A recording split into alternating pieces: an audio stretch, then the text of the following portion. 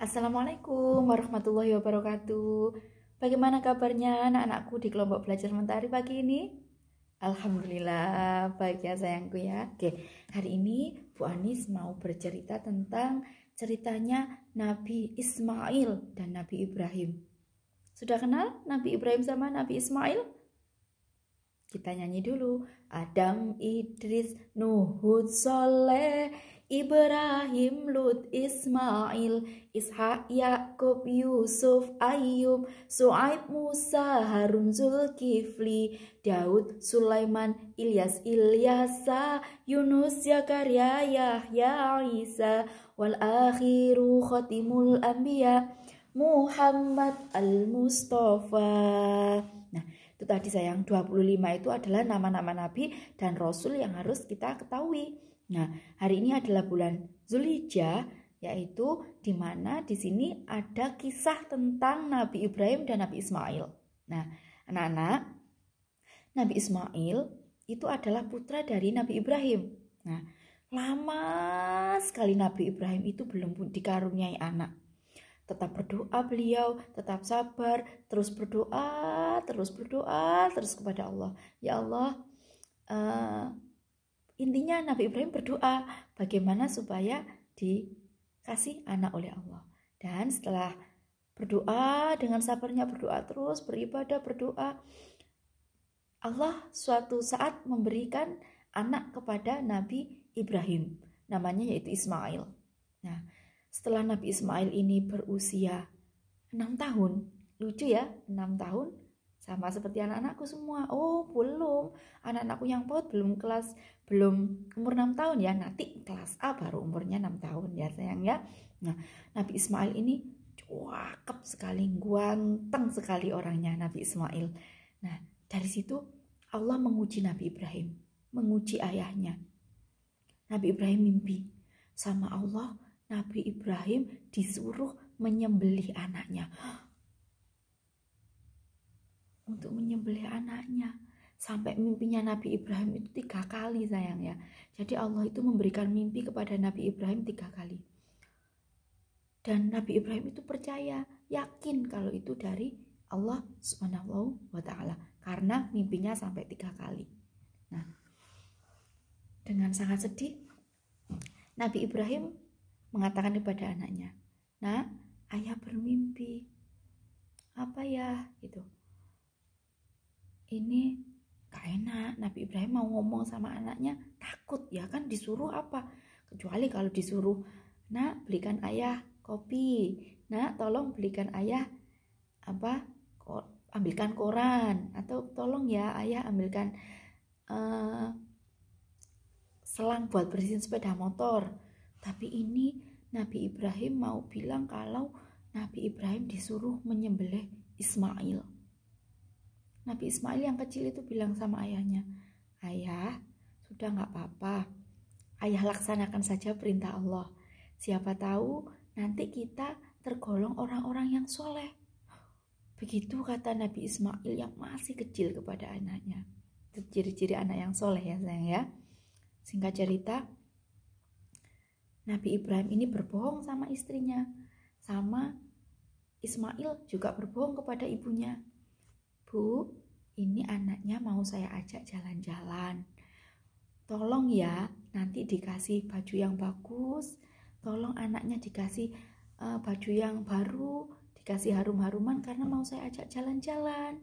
Gitu, bilangnya Nabi Ibrahim kepada istrinya. Padahal kan anaknya mau disembelih. Iya kan sayang ya, tapi gak tega. Bilang kepada istrinya gak tega. Sudah, anaknya dikasih baju yang bagus, dikasih harum-harum bajunya supaya wangi, digandeng tangannya, diajak jalan-jalan. Padahal mau disembelih, kati dibeleh sama Nabi Ibrahim. Udah ditonton putranya, ditonton di jalan sayang, dicegat sama setan. "Hai Ibrahim, kamu itu anakmu masih kecil, anakmu ganteng, kenapa kamu sembelih? Kamu jangan percaya sama Allah." Begitu kata setan. Tapi Nabi Ibrahim tidak mendengarkan. tidak menghiraukan apa yang diomongkan sama setan itu tadi, karena Nabi Ibrahim itu taat kepada Allah. Nabi Ibrahim itu selalu menuruti, selalu melaksanakan perintahnya Allah. Jadi Nabi Ibrahim tidak menghiraukan apa yang dikatakan setan itu tadi. Nah, lolos ya, dicegat lagi sampai 3 kali. Nah, dari situ sudah lolos setannya. Sampai di suatu tempat ya, ada batu besar. Nah, ada batu besar. Ismail yang kecil tadi bilang, ya sebelum aku disembelih, sebelum aku dipotong, aku boleh ya minta beberapa permintaan. Ibrahim sambil menangis, iya anakku, apa gitu. Pertama ya, tolong nanti pisaunya, pedangnya yang buat nyembelih saya itu tolong yang tajam ya, supaya aku nggak kesakitan. Nabi Ibrahim menangis melihat anak kecilnya sudah bilang seperti itu. Iya nak, sambil dipegang pundaknya, dielus-elus gini Nabi Ismail. Terus apa lagi nak? Gini ya, nanti tolong bajuku ini kan ada darahnya, tolong kasihkan ibuku, supaya nanti kalau ibuku kangen sama aku, biar pegang baju ini. Dan ayah tolong bilang kalau aku dimakan serigala. Tambah nangis ya Nabi Ibrahim.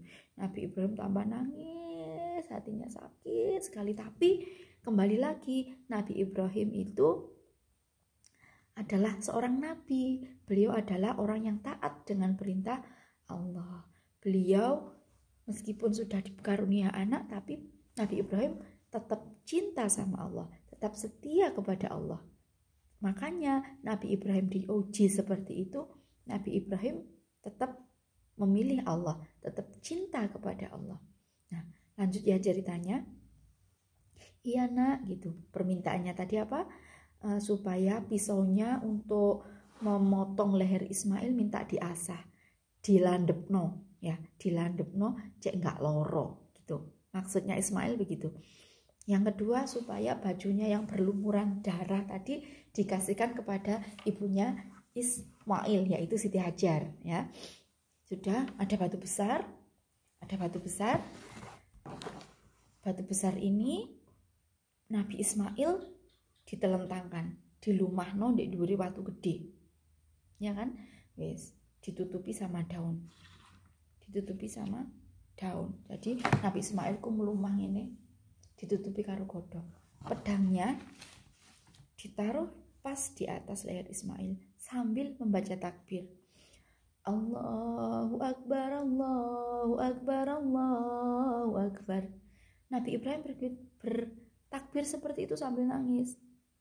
Yang anak di bawah daun tadi, Nabi Ismail menyahut ya, melanjutkan takbirnya Nabi Ismail. La ilaha illallah, Allahu Akbar.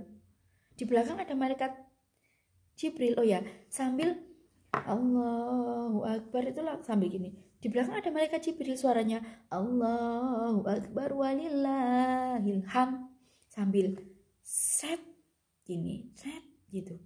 Ternyata di belakang ada suara. Loh ya, aku kok di sini gitu.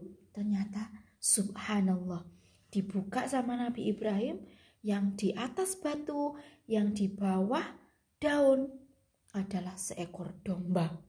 Loh kok bisa Bu?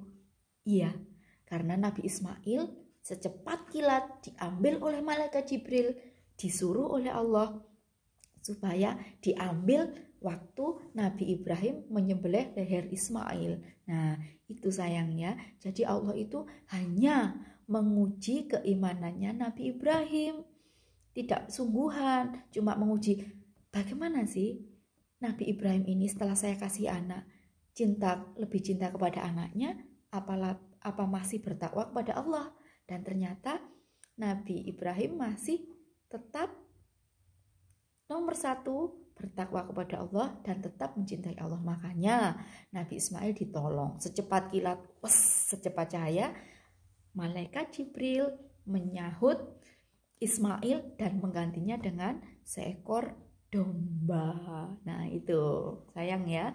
Jadi intinya pada bulan Muharram, pada bulan Zulhijjah atau Rioyo besar ya kalau orang Jawa bilang, kok identik dengan menyembelih binatang kurban. Nah itu tadi berkiblat mencontoh sejarahnya Nabi Ismail yang akan disembelih ayahnya yaitu Nabi Ibrahim. Karena Allah menggantinya dengan domba, maka sampai sekarang kita umat Islam disunahkan yang berlebih hartanya sing sugih disilahkan untuk berkorban. Karena itu juga perintah Allah di surat apa?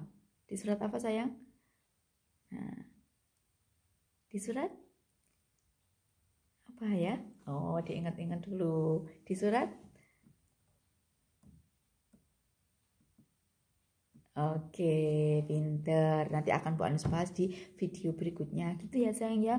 Kalau hari raya Idul Fitri, ya kalau hari raya Idul Fitri itu kan identik dengan bermaaf-maafan, bersalam-salaman, ya kan?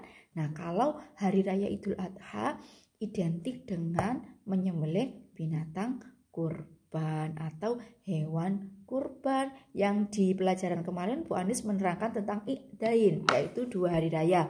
Yang satu kita mempunyai hari raya Idul Fitri, yang satu kita mempunyai hari raya Idul Adha. Begitu ceritanya ya sayang ya. Kalau anak-anak tahu di rumah, oh Bu Rioyo besar kok ndek masjid nyembelih sapi, nyembelih kambing, ada yang kerbau. Ya, kalau di negara lain juga ada yang onta gitu. Kalau ayam Bu, bukan ya, ayam bukan. Nah, itu tadi saya ceritanya. Asal mula berkorban adalah berkiblat kepada kisahnya Nabi Ismail dan Nabi Ibrahim. Itu semuanya dari perintah Allah Subhanahu wa ta'ala. Di dalam Al-Quran pun disebutkan bahwa kita diperintahkan oleh Allah untuk melaksanakan sholat dan berkorban gitu ya sayang ya. Semoga dapat kita ambil hikmahnya. 1, kalau kita menjadi orang kaya, kita melaksanakan perintah-perintah Allah yang sifatnya seperti itu tadi, korban, haji. Yang paling utama perintah Allah adalah melaksanakan sholat. Nah itu ya sayang ya. Dan yang kedua, hikmah yang kedua, kita sebagai anak kita harus pinter, harus nurut sama orang tua, taat kepada orang tua, asalkan itu perintah Allah dan asalkan itu perintah orang tua, permintaan orang tua yang tidak menyimpang dari ajaran-ajaran Islam dan perintah-perintah Allah. Kita mulai dari sekarang, kita belajar dari sejak kecil. Contohnya jika kita disuruh oleh ibu atau disuruh oleh ayah, kita mau melaksanakan supaya kedepannya kita jadi anak soleh dan bermanfaat bagi dunia dan akhirat. Begitu ya sayang ya. Oh ya, satu lagi, sebagai anak kewajibannya kita harus mendoakan kepada orang tua, wajib hukumnya. Wassalamualaikum warahmatullahi wabarakatuh.